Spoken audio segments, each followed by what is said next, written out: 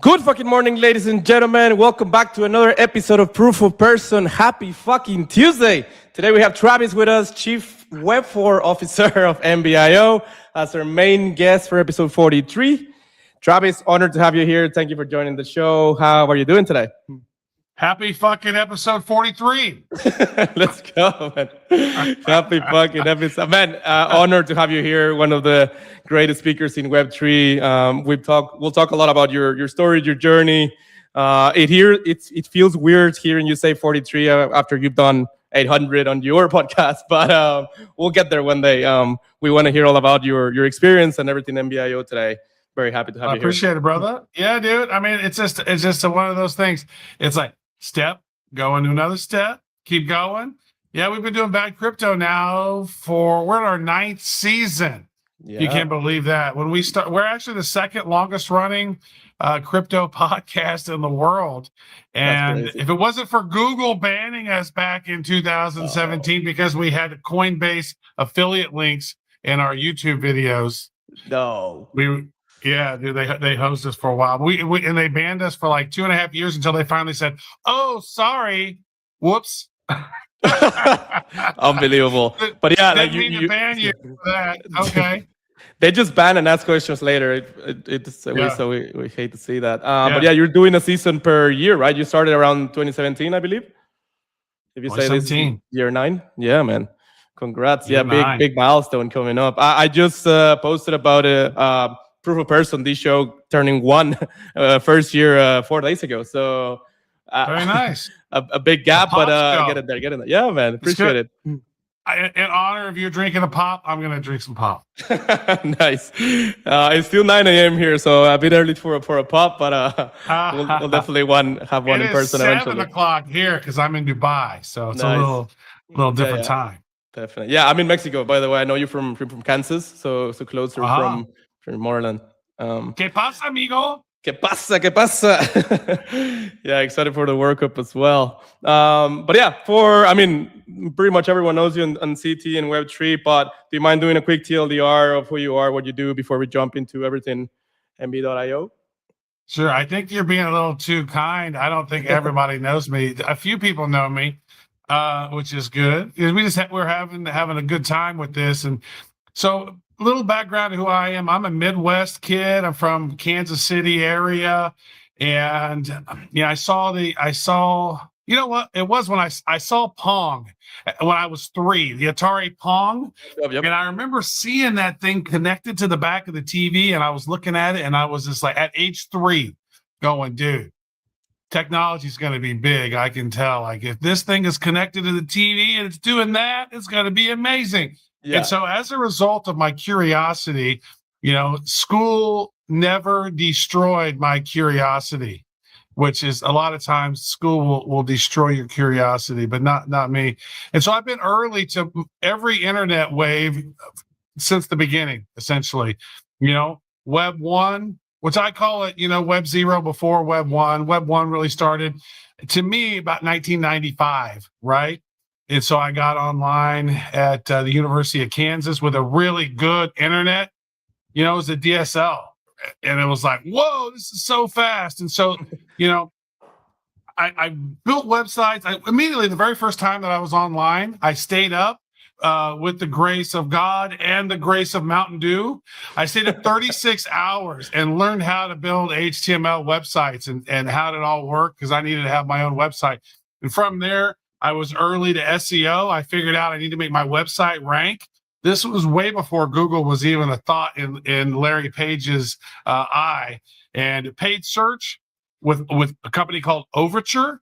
Overture was then acquired by GoTo, and that was way before Google was doing paid ads. I did social media campaigns on a site called Friendster way back in the day. So really, I'm a creative technologist, futurist. Really, I'm a professional dot connector. I'm a shit figure outer, is what I call myself. I'm an author as well, but really, it's just I'm very curious, Tiger, and I just like to figure out how things work, and I like to understand it so then I can help other people understand it. And so, what was the catalyst when I got into Web3 was, I saw that Slashdot article about Bitcoin in 2010. And so I put it on my laptop and I mined a block of Bitcoin, and the fan broke and my motherboard melted. And I never got the Bitcoin off of there, but it made sense to me. And I was talking to all my friends. I was like, dude, well, I was at Symantec at the time. I was a global digital strategist for Symantec, which was Norton antivirus. And I was like talking to all the smartest people. And I was like, dude, what do you think about this? This looks like this could be a way out of the Federal Reserve Bank. And not one of them was like, oh, wow, that could be awesome. And so, I kind of thought it was magical internet money, but I never got that validation. And years later, people were like, hey, man, how come I didn't listen to you? And I'm like, Classic. hey, man, how come I listened to you? Because I should have myself about 50,000 of these things, but that is life, and here we are. So really, programmable trust, digital ownership, community economics, all rolled into one, and so that's Web3, baby. Love it, man. Yeah, I'm sure. I mean, we have one of the craziest stories, I'm sure. And surrounding yourself with the right people is such a big factor in growth and in your journey, right? I guess in the States, and well, we see that in Mexico as well, very more local minded and not. And when you come with these ideas, they tell you you're crazy. And I'm sure that move to Dubai gave you a big boost into getting crazy ideas and maybe others supporting, right? Well, you got something up on the screen right now, which is one of my sort of crazy ideas. Yeah. And so back in the day, in the Web 1 days, I was working with a business partner of mine, Sean Crutcher, and he had this idea, man, we should work to help artists and filmmakers and designers, give them a platform. And so I was like, well, I need to level up my HTML skills. And so we built this thing called Method Laboratories. And really what we built, Tiger, over time became 5 separate billion-dollar industries for other companies, which is really crazy. So we had the music lab, film lab, art lab, the design lab, iRadio lab, and then we had a boutique. And basically, we gave people the ability to have their own web space before Dropbox did. We gave everybody 50 megabytes of space. You could upload songs, upload images. And this was way before Flickr, too, actually. So you could upload anything of those 50 megabytes. And we had something called iRadio Lab, which used Winamp and our own playlist of independent artists that would submit music to us. And so we had a radio that was playing different streams 24 hours a day for like 3 years nonstop. And this was like before iTunes, right? Man. And so this is from Kansas City, Missouri. Yeah. And there's no funding in Kansas City, realistically, right? And so another thing is cool. You see all those different labs that are up there? Yep. Each one of those labs was basically a CMS. And so you could click into the back end. You could go methodlab.com/admin, would open up a panel, and you could say, if you click on those individual ones, Music Lab, you're like, oh, I found a great concert somewhere. I found a great stream. I found a great, article on something. You could literally take the link, upload a photo, give it a headline, and save it. And so this was before WordPress, right? So we had our own custom CMS built. And in the Think Lab, everybody had their own portfolio page. And so you had like your own profile and you could communicate with other people. And so that was before any of the social media sites. And then the final component that we had built was we built something where artists and musicians could send us their logo and we would print and bang out t-shirts for them. So we had our own custom t-shirt business. So we had, that was basically before custom ink or Spreadshirt or any of those. So like we were kind of in this whole world of, wow, look at all these things that we could do. And we were building pieces of them, but it was very hard to get funding and scale from Kansas City, Missouri at the time. We weren't in Silicon Valley, right? Yeah, you pretty much sound like Mark Zuckerberg, like from the invention side of things. Like how I would love to do an interview just about your story. I'm Mark Brokerberg compared to that guy. Well, different paths. I just needed some CIA connections to fund me, so I could have a good business. Man, but like so curious about how you were getting all these ideas before the actual creations of them.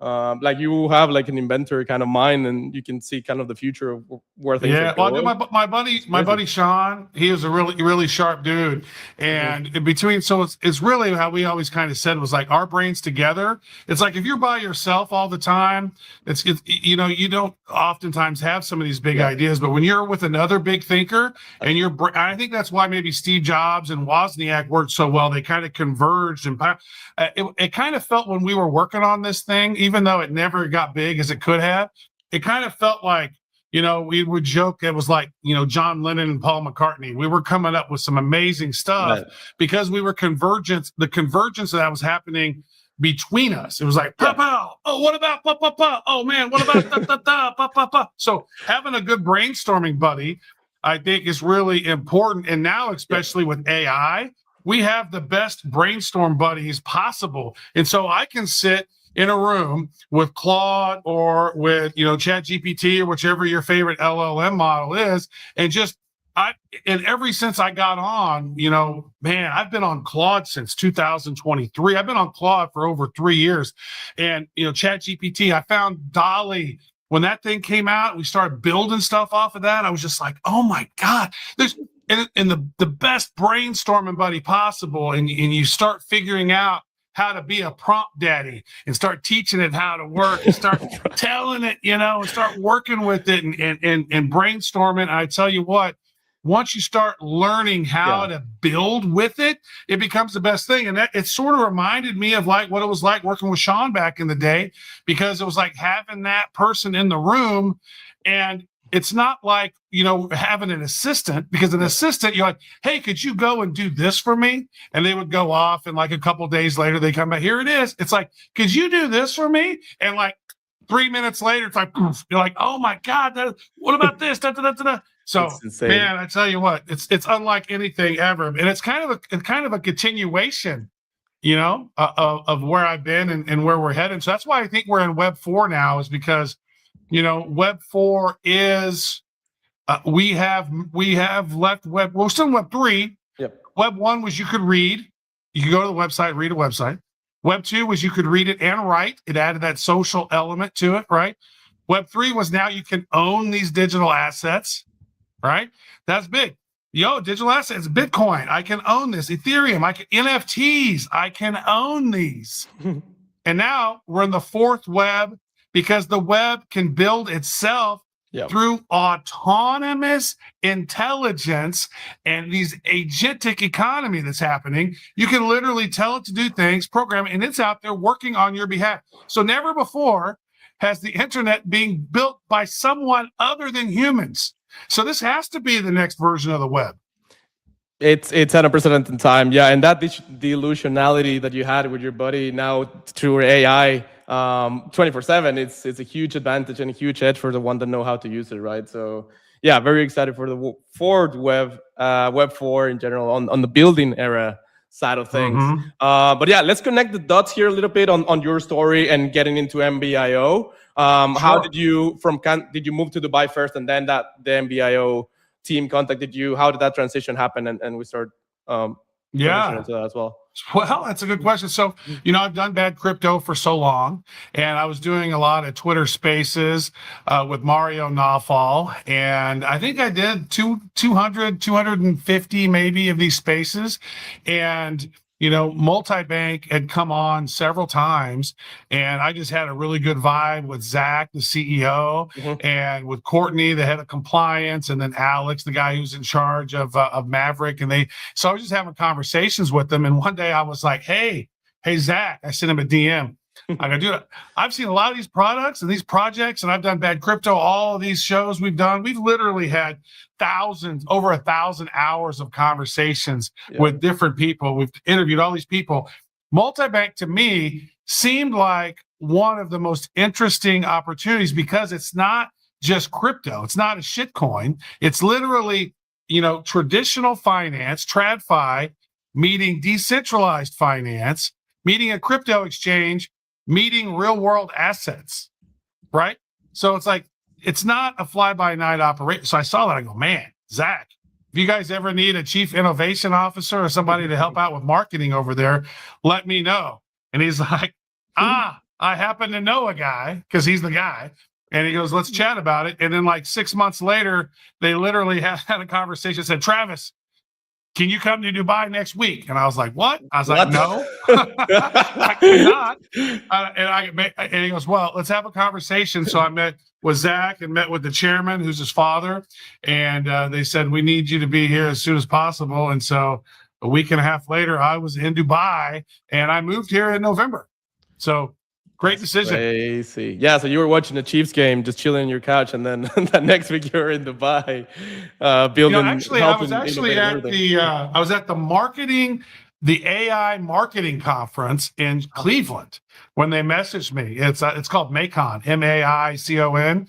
If you're in marketing and you love AI, you should go to that. Those guys put on a great event, and they messaged me, and I thought it was actually not real because it was the head recruiter. And a lot of times there's this LinkedIn spam that happens where people are trying to reach out to you, and you're like, I don't know if you're real. And he was like, hey, I've chatted with Zach, and Zach said, I need to talk to you. Let's have a car. And I was like, oh, okay. He's talking. Nice. There's no way he would know that I was talking to Zach, most likely. And so he said, let's have a chat. And he sent me from a real email address. And so I was like, okay.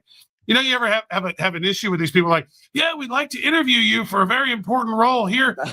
Here's the link. And it's like, oh, sorry, please update your app. And we can install some malware software. Yeah, exactly. Or he's my calendar and he's like, bugged. You're like, oh, thanks. Yeah. I want to steal all your crypto real quick if I could. Real quick. Yeah. No, I'm so glad that it worked out and you figured out that it wasn't a scam.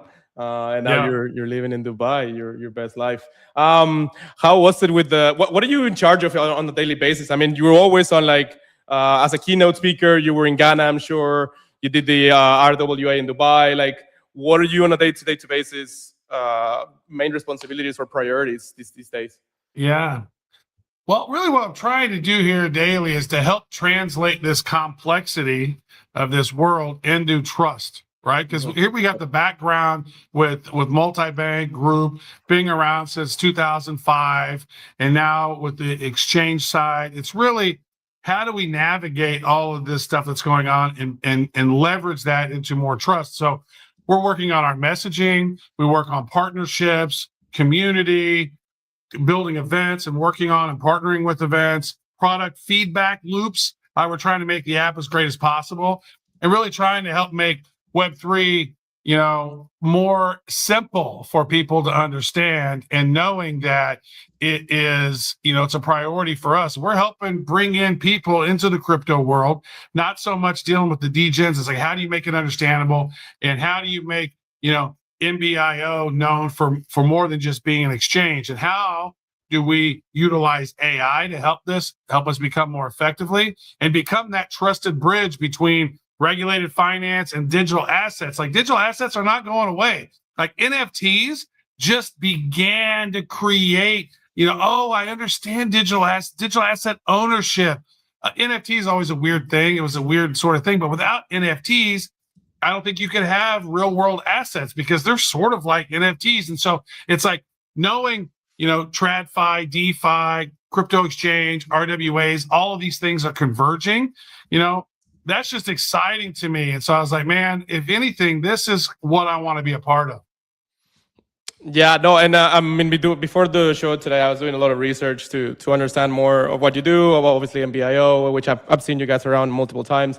But one of the keywords that I was emphasizing on, that I was thinking many times, it was like simpler, faster, more, less friction in general for the user experience and for everything that they can do on the app. and on all the platforms concerning MBIO, which I think you guys are succeeding, and you're still focusing on that, then even better for the experience in general. Working on it, one day at a time, baby. Yeah, you guys have on the bio, like MBIO bio, like one of the most regulated platforms, and the simplest as well. For the average user, like what's the main advantage for the regulations and the audits, besides obviously the trust and the confidence, the security that their funds are safe? What other factor is important for them to know? Well, I would say this is that multi-bank group is sort of the umbrella, and multi-bank group has 4 pillars to it. It has sort of the TradFi side of things and the Forex side of things, right? And that trading. Now the crypto arm with the exchange and building out the real world asset platform. So, that's really what we're trying to do is utilize our resources and our stance as a heavily regulated multi-bank group has 18 plus licenses worldwide, right?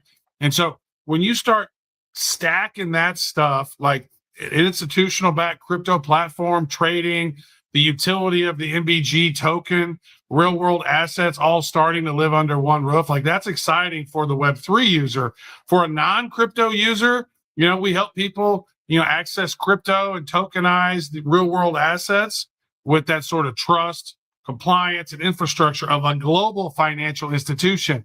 The adults are coming into crypto, right? And as you even see, like what Meta's doing, Meta's paying, creators with USDT now, or USDC, one of the two, right? And you have all of the, think about this. Google and PayPal recently were both talking about the fact that, guess what? The banks are, these AI agents are not going to use banks. AI agents are not going to be KYC compliant. But guess what? They're going to use crypto, and they're going to use stable coins. And so, it's a very exciting time right here. Got Zach right here, CEO. Everything good, brother? All good. Right on. Awesome. Very nice. So, it's just a really exciting time. I think that especially as, when you look at all of this and you say, wow, right now there's about $900 trillion worth of worldwide assets. When you're talking real estate, stocks, commodities, crypto, blah, blah, blah. $900 trillion. Crypto's only $2.5 trillion, right? Gold's like $35 trillion. You think all the stocks, however much that is, all the real estate, like we're going to be sitting at over $1 quadrillion worth of, assets worldwide. And those are being tokenized. So what do you think is going to happen when we got a crypto market at 2.5 trillion right now, or whatever it is, 2.6 or whatever the market says today? That's why Bitcoin, in my mind, Bitcoin eventually becomes a couple 100,000, 500,000, even $1 million a token down the road, because all of the stable coins, it's going to be huge. Stable coins are going to be just ginormous. And then people are going to get out of stable coins, get into Bitcoin. And then hopefully some of those other ones, including MBG, can rock and roll over time. And, I think a lot of tokens are going to go away, but the real ones and the real world ones and the ones that have solid institutional backing are going to be the winners. And that's what, frankly, moved me to Dubai. Yeah, no, super excited. And like tokenization, it's growing insanely fast. Stable coins as well. MBIO again, it's the best of both worlds between a regulated bank and the audits and the licenses, with the benefits of an exchange and the MBG token, RDWA. You guys have so much. And yeah, I was super interested in your opinion on the Meta announcement with. My first question was like, which wallet are they going to use, or if Stripe already had the backend rails to do it? Right. But yeah, Stripe has everything settled. Yeah. Well, Facebook was trying to do the Libra token, and then the government said no, you can't do it. They wanted to do a stable coin like that, and then from that, then two people, then they left, and Sui was created and Aptos was created from the remnants of the Libre token. And they've gone on and do stuff. So, they've been thinking about it for such a long time, so much so that they renamed Facebook to Meta because of the metaverse, right? Yeah, and now they're all in with trailer. AI, and he's paying everybody in crypto. Well, he's trying to stay relevant, and he's got a couple. I mean, WhatsApp over here in Dubai, everyone uses WhatsApp. A lot of places in the world, everyone's using WhatsApp, and Instagram's huge worldwide. Facebook. I literally forget to check Facebook like months at a time. I go, oh man, my birthday was just on Saturday, and I still haven't gone and checked Facebook. And I know, God, I got to respond. I know I got to respond like hundreds of messages that I like. Meh. So I need my AI bot to go in and be friendly. Hey, talk like me and say kind things to each person who messaged me, please. And that would be good.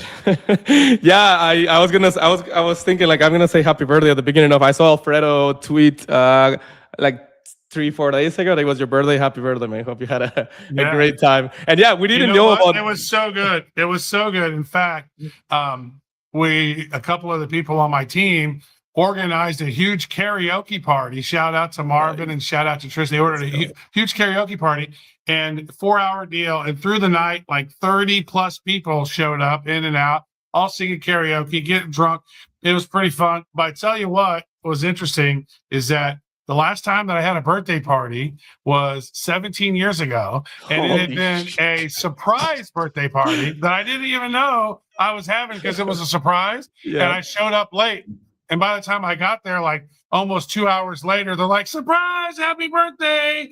We gotta go. We've been waiting on you for 2 hours." Oh, damn it! I'm like, "Oh, gotta put the kids to sleep." Thanks a lot. Yeah, it happens sometimes. But glad you had a karaoke, a good time, and 30 people plus showed up. I haven't done a proper people from the team. They were all people from the company that showed up. Dude. It was really cool. Nice. Was it at the office? Building a good culture, getting people excited about it, all working towards the same goals and vision. That's huge, right? Yeah. And so treat people with respect and give people the ability to kind of tap into their own creativity and don't just be barking down what should be done, but give them the ability to come up with ideas of their own. Because, man, there's a lot of people that's really smart that's been working on this stuff, and they have ideas that are different than yours. And so hear them out, That's why I think it's what's important. I think it's a very big goal in life, like working with people aligned with the vision, that you have fun working with, and that are very smart and committed to the mission. It's a huge plus in the working. If they hated me, they wouldn't have showed up. I imagine. For sure. Maybe only Zach. Maybe if they were forced to. It's a mandatory party for me. You go or you're fired. Yeah. MBAO, UAE. The UAE, you're building a rail for AED USD stablecoin. Your thoughts on this? I know this was kind of a hook, or like just to hear people's comments. How excited you guys are in the company? I know your main market is the UAE, not that much focus on the US, but in terms of this, it's huge news for you guys and what you're building. Well, it's huge news for the UAE, is honestly, because they're showing the world that, this is what regulated digital money rails can look like, right? Mm-hmm. I don't like the CBDCs, the central bank digital currencies so much, but I think that things like this have potential. So there's a couple coins now. One is called the AE coin, right? That is the UAE coin. And then the USD Universal, they are working to regulate AED, which is the dollars here in the UAE. So AED to USD stablecoin settlement rails, which I think has been important because, it's mostly all been in USD. And now that they finally, you get a euro stable coin and some other ones, I think eventually, Tiger, we're going to see like a worldwide digital Forex where it's trading only stable coins, right? And you're, pairing them against them and trading them and whatnot. Like I thought of that when the Ukraine Russia war broke out. I was like, dude, how do I get some digital rubles? Oh, you can't. Like, but I'd like to have some because I think I could do some arbitrage. Nope, doesn't exist. I was like, eventually they will, and we're getting there. Yeah, we're on the way there as well, for sure. And connected as well with the OTC desk. You guys just opened this in the block. What kind of demand are you getting from people? I mean, even if the transfers and the transactions are done online, like a lot of people are still, and the old-fashioned want to see someone face to face before they do a big transaction, right? So, how has been the Mm-hmm. experience? How has been the expectations to what people feedback in general? Just seeing you Yeah. guys on the OTC desk. Well, there it is right there. There's the OTC Beautiful. desk. That's actually Beautiful. now the crypto desk. Oh, Because okay. honestly, I think when people set up an OTC desk, at least some of the regulatory agencies are like, "What are you doing? Is this a money laundering thing?" And you're like, "No, it's a desk to help people, and plus, it's a trust builder." Like Yeah, when you exactly. have 21 years of experience, I think it really builds trust. They want sometimes like, dude, I don't know if you've ever transfer even like a little bit of a Bitcoin, you always get that sort of crypto sphincter clench, that super pucker. You're like, oh God, I hope it gets there. Is it there yet? Ooh, hoo, hoo, hoo. Like, so people who are wanting to trade, people who are wanting to trade AED for crypto or USDT to AED, all digital assets. It's not cash related. It's like they're like, oh, can I bring in a big pallet of cash? No, you cannot, because this is digital assets.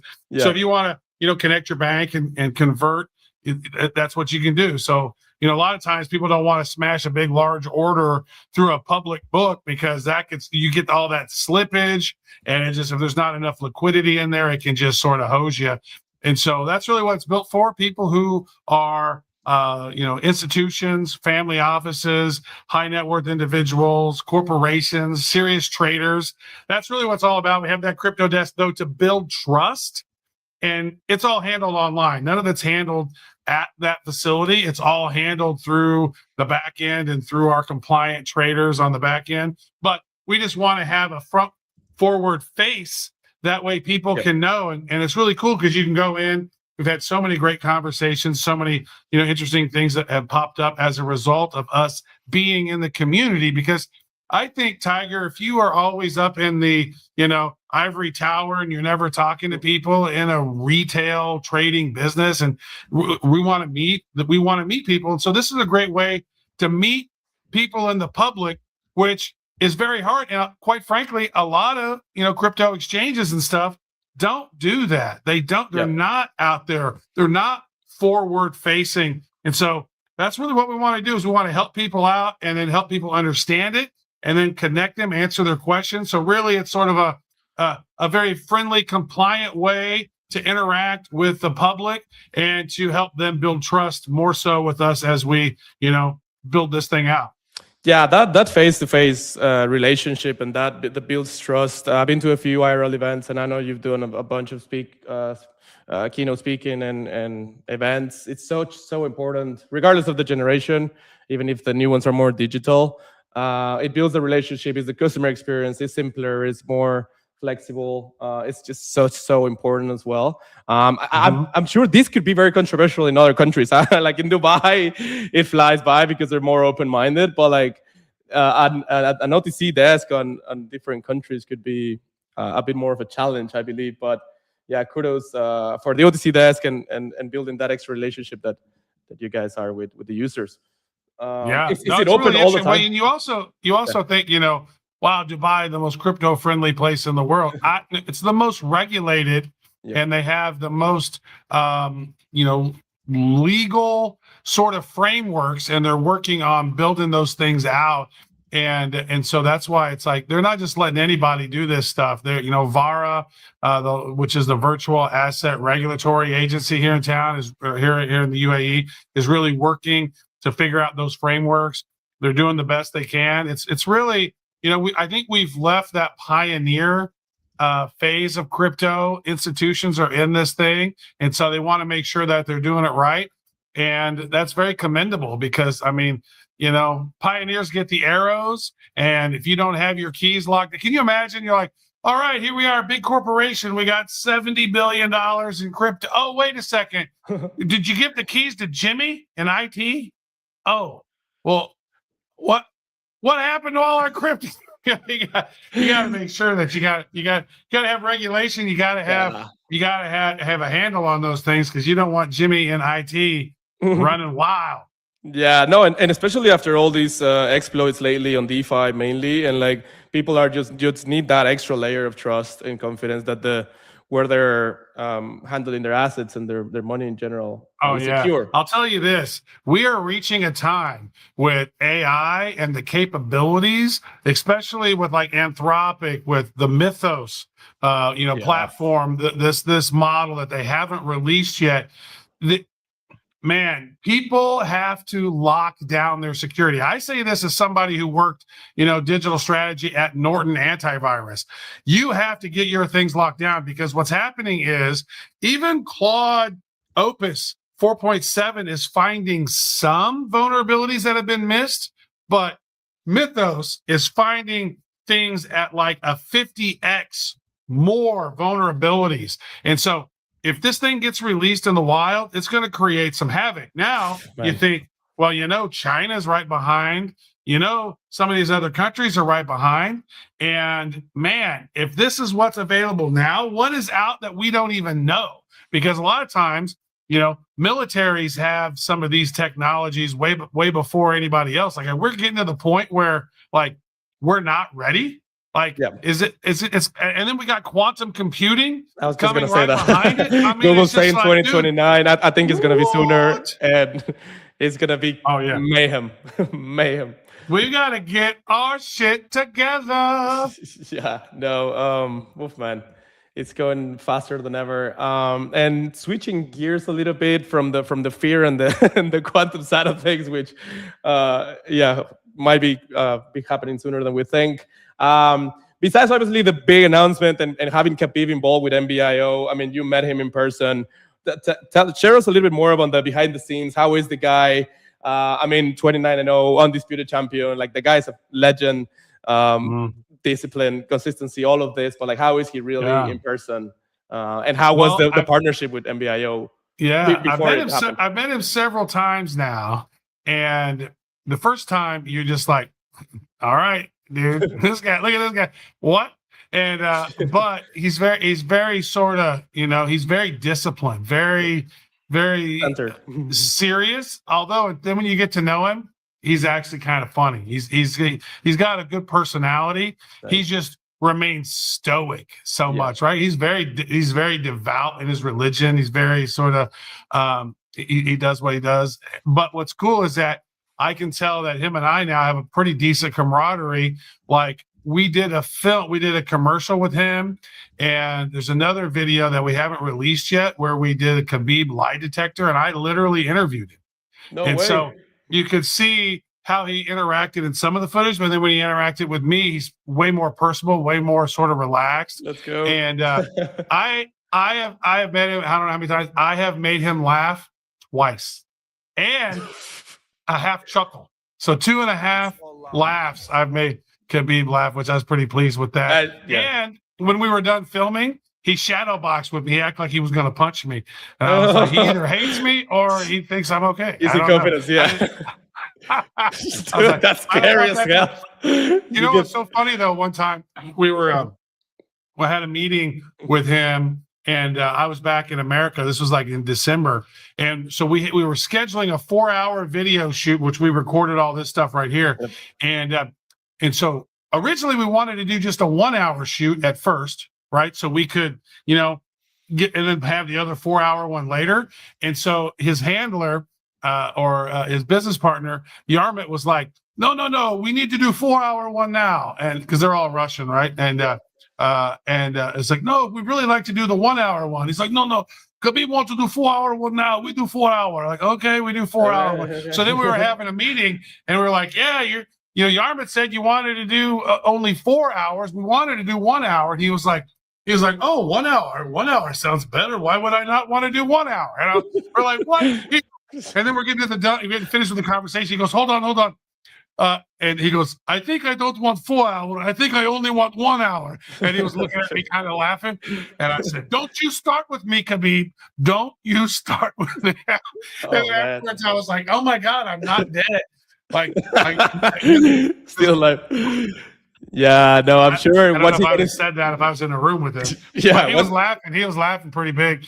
I was like, "That's good." He laughed. That was meant to laugh, not get angry. I'm sure once he gets confidence, then he gets more loose. Dude, I'm in my 50s. He would whip my ass so quick. He'd be like, "How quick can Travis tap out immediately?" Oh no, don't touch me. Tap. It gave me a flashback from Mike Tyson's Hangover punch to the Yeah. character Alan. I can't remember his name. You know, I asked him that question. I asked him, so I got to interview him and ask him questions, true or false. I asked him about Mike Tyson. What did he think? Could he have beaten Mike Tyson in his prime? And he's got a pretty interesting answer to that. That's going to come out in a week or so, that video. Oh no, man! I was ready for you to share. What are you talking about? Fine, okay, Alpha. Next week. Next week is coming up. I think probably next week. Yeah, I believe we're going to launch it next week, and then the week after that, we're going to be in Istanbul. So I think we'll launch it next week. Nice. Yeah, the partnership is a year or two, or is it longer with Khabib? Well, he's an ambassador. That's one partner. That's one partnership, and there's another level to it where we're still working out all the details of how we're going to work together long term on, a potential JV partnership. We're still ironing it all out and crossing the T's and the dots and the I's and all of that. That's awesome. Yeah, and having him with you guys on your corner, literally, it's massive. Tell us more about I wanted to know more on the MBG token as well. How does it benefit? I mean, it powers the whole ecosystem of you guys and the exchange. I believe it's 100% reduced fees. For anyone that is wondering, do you mind doing a quick TLDR on the token? Yeah, for sure. So think of it like this. So Multibank Group is the entity, right? And we have the 4 pillars of the business with Multibank Group. So MBG is the global ecosystem utility layer for the Multibank whole group. And so it can unlock fee benefits. You can lend your MBG and then, get back interest from that, and a priority access, potentially launchpad allocations, ecosystem perks. And so that's really what it is. It's not just, crypto vibes. It's real world sort of tokenized real estate and treasuries and, commodities. And there's a lot of plans that's going through this, and MBG is really at the intersection of all of it. So it's not propped up by just emissions and gas fees and hope. It's wired into the business, and the more trading that happens in the whole Multibank Group, then that equals to the amount of tokens that are burnt from the ecosystem. So you know how Binance sort of burnt tokens over time, and now they only have like 100 and some odd thousand tokens from 1 billion. That's our aspiration as well, is how do we take it and burn through the trading? And so those are just some of the benefits. And there's a DAO on the way as well. So so the community members are going to be able to vote on the direction of things moving forward. So a lot of exciting stuff happening. Yeah, no, I saw you guys burn 8 days ago. You burned a big chunk of the MBG, and you're doing token buybacks as well. Obviously fuel and everything, every transaction inside the ecosystem. So yeah, for anyone that doesn't have MBG just yet, I don't know what you guys are doing. Definitely a no-brainer. A bit of the roadmap as well. Not financial advice. Obviously, not financial advice. But yeah, here's part of the roadmap. I wanted to ask about Ghana. Did you go to Ghana, or was it only Zach? Who else from the team went to? Zach went to Ghana, as well as Alex Davis, who's the CEO of Maverick, who's our partner in RWA stuff. And they went there, and I was like, dude, I don't want to get no yellow fever vaccine. And that's a requirement, right? Like to fly. Yeah. I was like, dude, I would love to go see this. That would be awesome. But I've seen the movie Coming to America. That was pretty cool. I don't need to go, Send me I didn't want to photos. get the vaccines. And then they're like, oh, and then we're wearing a tuxedo. They went to like a big thing. So it was really awesome. Very, very, honorable moment to go and be a part of the King of Ghana and his inauguration and whatnot. But realistically, the CEO, he was the one who needed to go. I didn't go. I wasn't part for me to go. I needed to stay here and do what I needed to do. And actually, he got back and he got sick for a couple of days. So I was like, dude, I was like, woo, Yeah, man, don't come to the get office. better, bro, and don't come into the office Yeah, coughing or whatever, exactly. dude. I don't trust it. Apart from the like sponsoring the event at the Palace, like you guys have now the gold option in the exchange, right? Like It's in the process. It's in the process. So there'll be more details that about. come out as the more of the process gets revealed. But let's leave it at that. Gold is a commodity, and there will be some opportunities once everything gets all squared away in the regulatory world. Man, I hate that you're not giving any alpha here, Travis. But we'll just have to wait then. We gave some alpha, and then we got scolded. We're like, well, you need to be careful. Like, okay, we'll be careful. Yeah. For which is your next event? I mean, you guys. It feels like you are hopping event to event every 2-3 days. Dude, our next event is this Friday. One? Yeah. Okay. Bitcoin Pizza Day. We're putting on an event at the street. Yeah. So, dude, our shirts are so cool. These shirts are freaking awesome. I don't even think there's the logo of the guy. Yeah, there we go. But so we have an orange shirt that matches our logo and Bitcoin. So we partnered with Pizza Dow. Shout out to Snacks. You know Snacks. He's awesome OG. Yep. And so we are the official Dubai location for Bitcoin Pizza Day, and we have a list on Luma. If you are in the UAE, go on Luma and find Bitcoin Pizza Day, MBIO. Type that in. That should pop it right up. And we are close to. Actually, I think we've already reached capacity. But if you're really cool and you say, "I saw Travis on the Blue Tiger show," then maybe we'll let you in. But everybody we got, man, I think we've ordered 60 or 80, 100 pizzas or something. Cool. And then I know we got 200 and some odd shirts. I mean, what's cool is they open up into a pizza box. The pizza box opens up and the shirt is in there. Pizza box goes into a bag. It's some of the coolest swag. Yeah, good experience. I tell you, I'm pretty stoked with it. Really swag. Yeah, if they have I'm sorry. Then after that, we're going to Istanbul Blockchain Week. So we have the big plan there. We have the biggest platinum sponsorship, and we've sponsored a bunch of stuff around that, and gonna go and reach out to Turkey, baby. Turkey, we are coming to you, and we want to meet. We're not there yet, but soon you'll feel it. Man, I don't know how that became trending, but it's fucking horrible. It was so disruptive to read the first time, and it still is after I don't know how many years. Singapore, I'm inside of you, and Dubai, like God. You had to bring it there, bro. I don't know why you had to do that. I don't know. It just came to my mind. I was like, I feel dirty now. I need to wash my hands. Yeah, Istanbul. We are in Istanbul. Great. Yeah. If anyone doesn't have a spot on the pizza, but you have a Kansas City Royals or Kansas City Chiefs hat, you are obviously immediately VIP into the pizza day in if Dubai. You happen to be a fan of any of the, if you are a fan of either of those, let me know. I don't know, man. There's not a whole lot of Americans, period, in Dubai. It seems. What? I thought people that are like. Not a whole lot in the business world. It seems like there's probably some expats up in here, but not a lot. I would have guessed US and UK in Dubai. Like that, I've never been to Dubai. Way more UK. Way more UK. Yeah. Mm-hmm. That's weird. How often are you going back home, by the way? Not nearly often enough. Whenever I signed up the deal, I was like, all right, every 6 weeks, I'm gonna go back for 2 weeks. And they're like, yeah, great.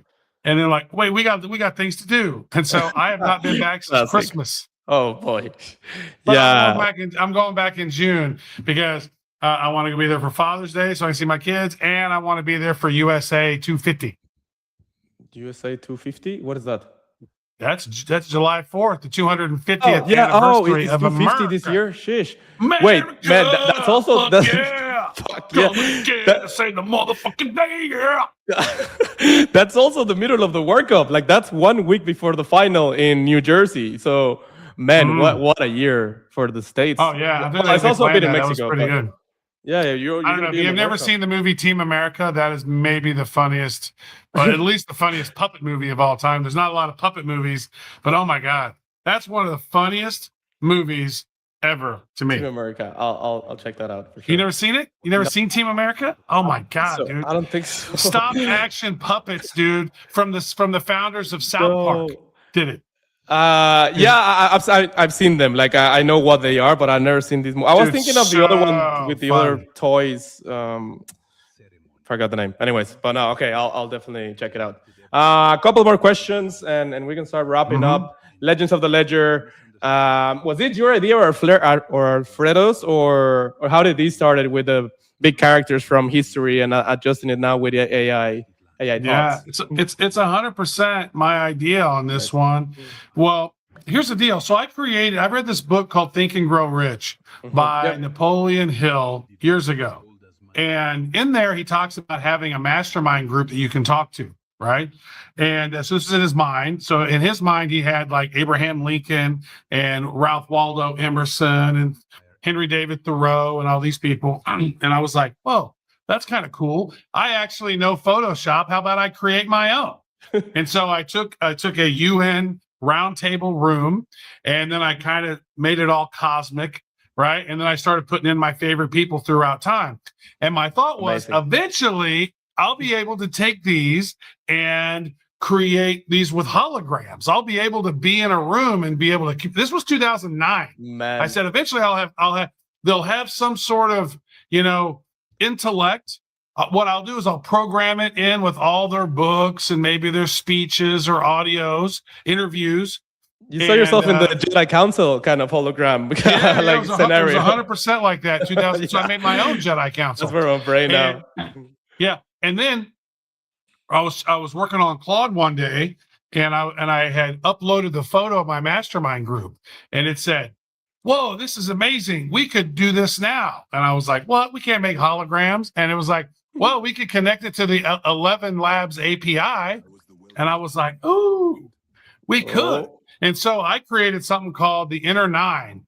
And what I have happen, Tiger, is every morning and every night, I have members of my mastermind group leaving me a 4 to 6 minute message about my day. Every morning, every night, I'll be like, "Hey, John Lennon here, Travis, blah, blah, blah." No way. And like, "I'm Princess Diana, and Travis, live with compassion. I'm Marcus Aurelius, Travis, a stoic would be blah, blah, blah." Like, so they're leaving me all and in their voice as right? well.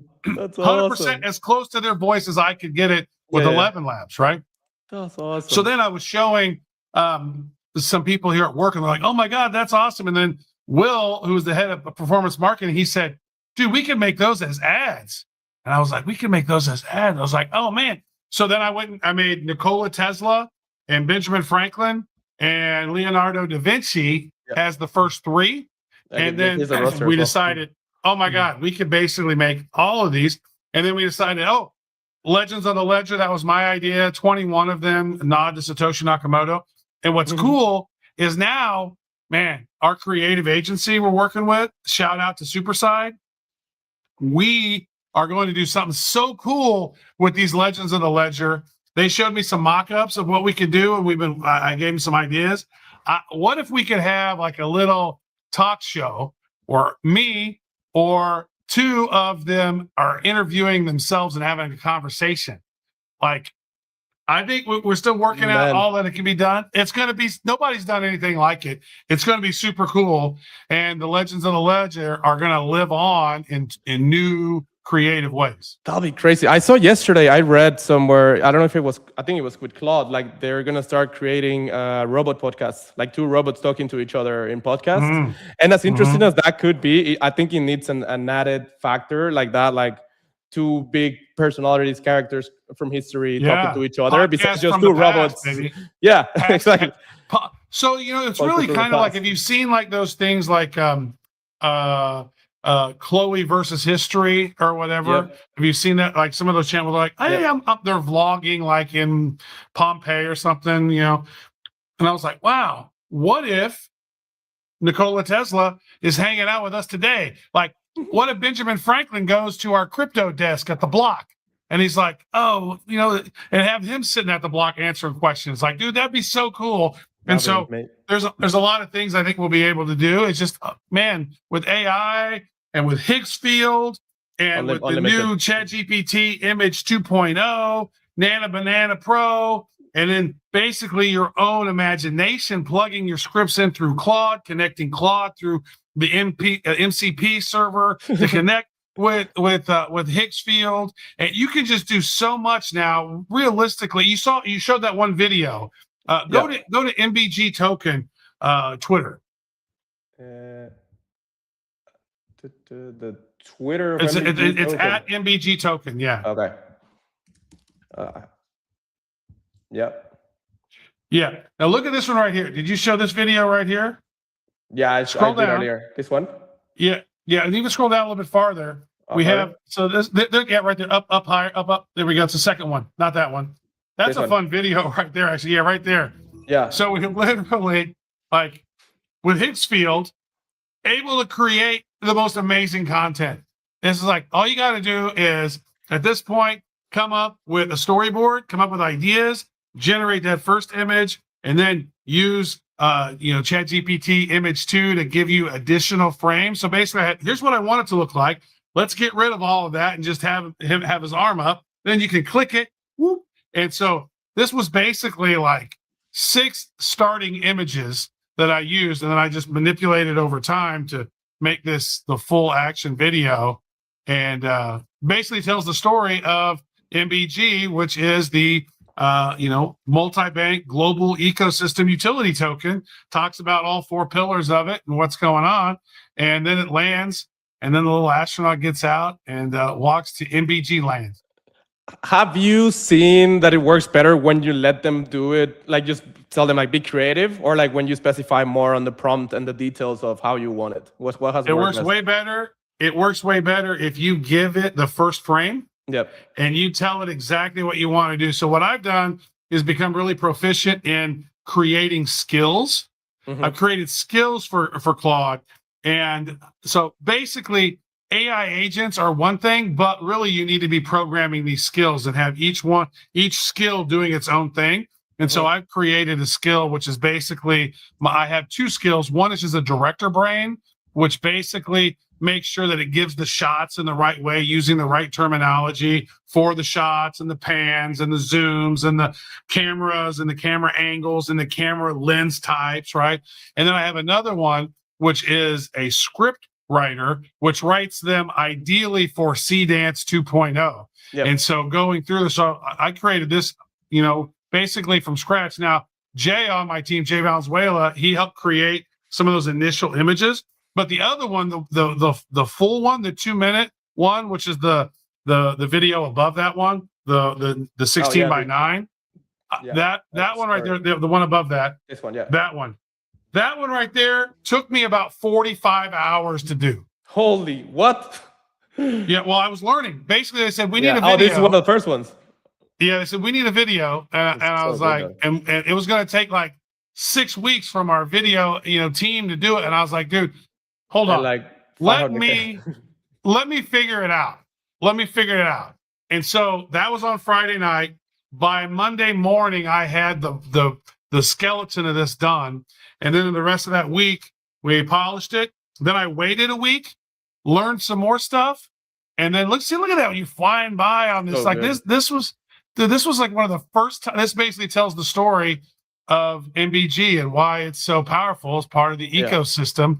And so it goes through here. So this wasn't so fun, like flying this thing and this little, and once you learn how to take characters, keep the character reference, creating character reference sheets, creating character image object reference sheets, so the rocket stays the same through the whole time. This one's pretty cool as it's flying off, and you fly into the rocket.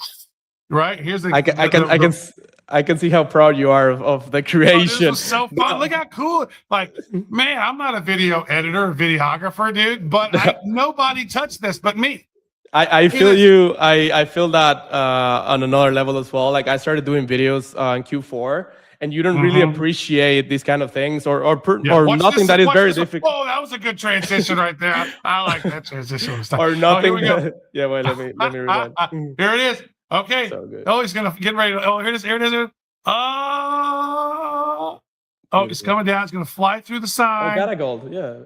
There we go. And That was nice, dude. Yeah. That little transition right there. You know what's cool now is now he's gonna fly to the NBIO planet. Look at that. The rocket stays the same. Yeah, now it's flying. I just love that. Like, wow, like yeah, how long that would take on freaking After Effects to do, bro, or Premiere. Yeah. So here it is. The more we trade, the more we burn. Here's all the pillars. 50% of the supply will be burned eventually. TradFi meets DeFi meets RWA. And the sound is awesome. Like the sound, I got the Foley all correct, spent so much time getting that right. And then this is my little ode to Michael Jackson, like walking on it, and instead of creating the little Billie Jean squares, the little hexagons. The level of detail. And yeah, like I don't think people appreciate it until they try to do it and they see like it's almost impossible. So yeah, kudos, man. I really get you on that level of how hard it is. So what it is, it's about being a shit figure outer. I was like, I don't know how to do it, but I will figure it out. Yeah, no, exactly. That's exactly what it was. I'll figure it out, and we figured it out.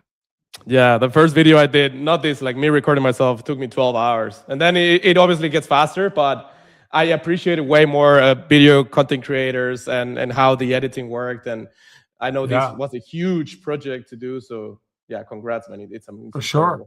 Well, it's just fun, man. We're working on a and cool it's super project. Fun, yeah. Yeah, you know, TradFi meets DeFi meets RWA meets crypto exchange, like in the ecosystem there. So having been in crypto for as long as I have, you know, it's just like this one looks like it has a chance to be a big winner, especially if I'm able to bring in Alfredo, and then Alfredo's able to bring in his great team and great friends and connections and my other connections of doing all this. Like, man, we're building the Avengers over here, brother. The American team, but not all Americans. No, dude, yeah. I'm the only American. Alfredo's from Italy. He's Italian. I don't talk like this. Man, I'm sure he's gonna be sad for 4 more years for not going to the World Cup. I can't believe it that they're not going. But anyways, two more questions, and then we start. 2 quick ones. Sure. Key milestones for NBIO. What are you most excited about? On what's next? What can you share? Spill all the alpha. Yeah. Well, I would just say, you know, we're continuing to keep building, you know, the platform out, getting all the bugs squared away, learning more about what our users need, continuing to add new tokens into the ecosystem. Man, there's some cool stuff with AI capabilities. And so that's really exciting as well. Continuing to improve the current product and then adding new features. Really, once the RWA platform gets ready and we get all the licensing and everything on that is really exciting. Deeper, you know, RWA access, stronger fiat stablecoin rails. I think there's a lot of opportunity with the AED to and the new USD with the universal token and the AE coin. Hopefully we can figure out some partnerships on that, and just the whole world. I think as we are building this thing out and we take it from, you know, where we are, and then the NBG token, these are just aspirationals. What I think makes sense when multi-bank group is doing, you know, several $100 million a year, or a year in revenue, and trading in billions of dollars a day, right? It's almost like, why shouldn't NBG eventually become a top 20 token, right? So that's kind of aspirational, not financial advice, just kind of as a goal. It's like it would be really nice. I wouldn't have come to Dubai if I didn't believe that this has what it takes, and I think it does. And the leadership is really strong. You know, Zach, the CEO, is really strong. His father, the head of the whole multi-bank group, Nasser, dude's genius. He's built some amazing stuff over time, and so just really excited to help this thing roll full scale. Man, super excited. Yeah, you guys are cooking so many things.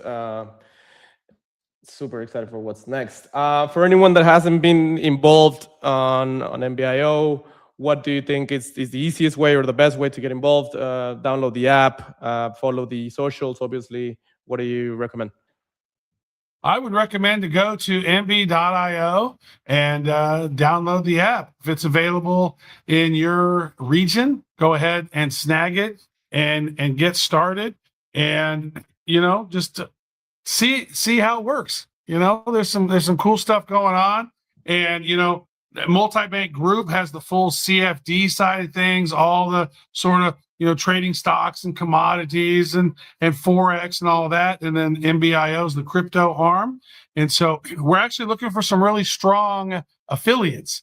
So think about this: Binance and OKX and all of these had really big affiliates, and now they've gotten big. Well, we're very small in our beginnings as it comes to a crypto exchange. So if you get in as an affiliate and you're successful, I will say that that would probably be pretty good for you. I'm not making a recommendation for you to become an affiliate, but if you want to, let us know.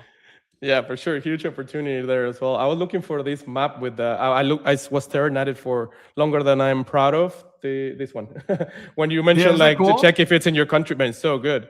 I was like, I need Those to follow all of them. Licenses that, the license regulations that multi-bank group has. Incredible. And I think I've been pretty compliant in all of my words. So hopefully, Courtney doesn't come down on me. I didn't say something I wasn't supposed to. Man, you did. I was hoping you were going to say more alpha, so I don't think she's going to come on your ass. Maybe next time. All right. I was trying to be compliant as much as possible. I don't want any compliance. Just one last question, Travis. For anyone building anything big, has a big idea, very ambitious goals, what do you think is your best advice for them? Man, stay curious. Build. Do it. Don't be scared. Don't confuse delusion with vision. Big ideas can be real if you believe in them and you work on them and you explain it simply and you earn trust. You don't betray your community out there, and keep shipping. Don't be going after the applause. Go for shipping products that's valuable. That do something for yourself. Maybe there's a problem that you can find. Like, man, if I had this would be awesome. Build it. People will tend to lean into things that help them solve a problem. So I think just build it, then name it. Most, founders try to name a category before they built a product. And here I am saying that as I've named the fourth web, but I have built a product with that. You can actually go see it at wire.fourthweb.ai. I've literally synthesized the news, put it all together, cluster all the like articles, rewrite each story based on all of the, clusters, all the articles in that cluster, create it. Yeah. So look at the very top, click on Wire. Wire. Yeah. I saw the Twitter the last time we were in spaces together that you do got like the AI graphic, the graphics are AI generated, and you have the they banned us. Twitter banned us for a while. We got it back. They suspended it. Yeah. It was just ridiculous. Man. So, yeah, I don't know if that link's not working or whatever, but I do need to get my AI agent back up, my OpenClaw, because I just recently moved, and so I need to. I'm going to connect it back tonight. So there hasn't been any new articles in the last day, but yeah, click on all those are all auto generated. Some of them are really cool images. So I run it through a skill. It gives me a really good headline. Gives me a really good image for them, goes through, here's the summary, here's the implication, here's what it means, here are the sources. So it's been really fun. It helps me keep track of all the news, but that's just something that I had an idea about. And I said, how can I make this work? And if you don't know how to do it, what I do is I will have Claude open and I will have Perplexity open. And whenever I have a problem in my code, I'll go ask Perplexity, why did it do this? What's the solution? It'll give me a solution. I'll take it back over to Claude, run it through, and keep building it, because you don't have to know the answers. You just have to know where to find the answers. Perplexity will help you find almost anything you want, although it's gotten really shitty at trying to find promo codes. Now, you know who's great at promo codes? ChatGPT is good at promo codes now. The new version of ChatGPT has found promo codes every time Perplexity could not find promo codes. So I think what happened was some of these promo code companies or something said, hey, stop giving away our promo codes or something. Don't be giving, don't be giving the alpha out. But man, I found one the other day. It saved me 25% off of something, saved me like $100. I was like, dude, that's like 5 months worth of ChatGPT. Yeah. Man, so I guess that'd be my hint for you. Build shit. and then use ChatGPT to find promo codes so you can save money, so you can actually pay for your ChatGPT. For free. Yeah, no, great advice. I completely agree. Stay curious, build your version of the Jedi Council, keep asking 1,000 times what ifs like you do, and stay curious. Keep experimenting, keep failing, keep building. Travis, holy shit, man, it's been an honor. What a show. Anything else that you want to add before we close the show? I think it's good. I just kind of look at it like this. The first 3 webs changed what you could do online, and now the 4th web has changed who does it. And so think about that. Now you can read, write, own, and the web can be built for you. You just have to have the vision to tell it what to do. And don't be afraid to ask your AI to ask you. When you tell your AI to ask you questions to clarify what it is you're trying to build, you can then tell it to ultra think, or you can tell it to plan before it's building. You build yourself what's called a PRD, a product research document, which basically becomes a roadmap. Build that together before you're building anything else, and just kind of help it lead you. Because a lot of times you might not have all the answers, but if you get it to ask you, then you can work with it to make something spectacular. Yeah, no, I just started that a few weeks ago. Like, what do you need from me? And like, you give all the context and all the references they need, and they work way faster and way better for you, with you. So great advice as well for people that were not doing it backwards or reverse engineering it. Awesome. Travis, again, it's been an honor. Thank you for being on the show. We'll definitely run it back one day.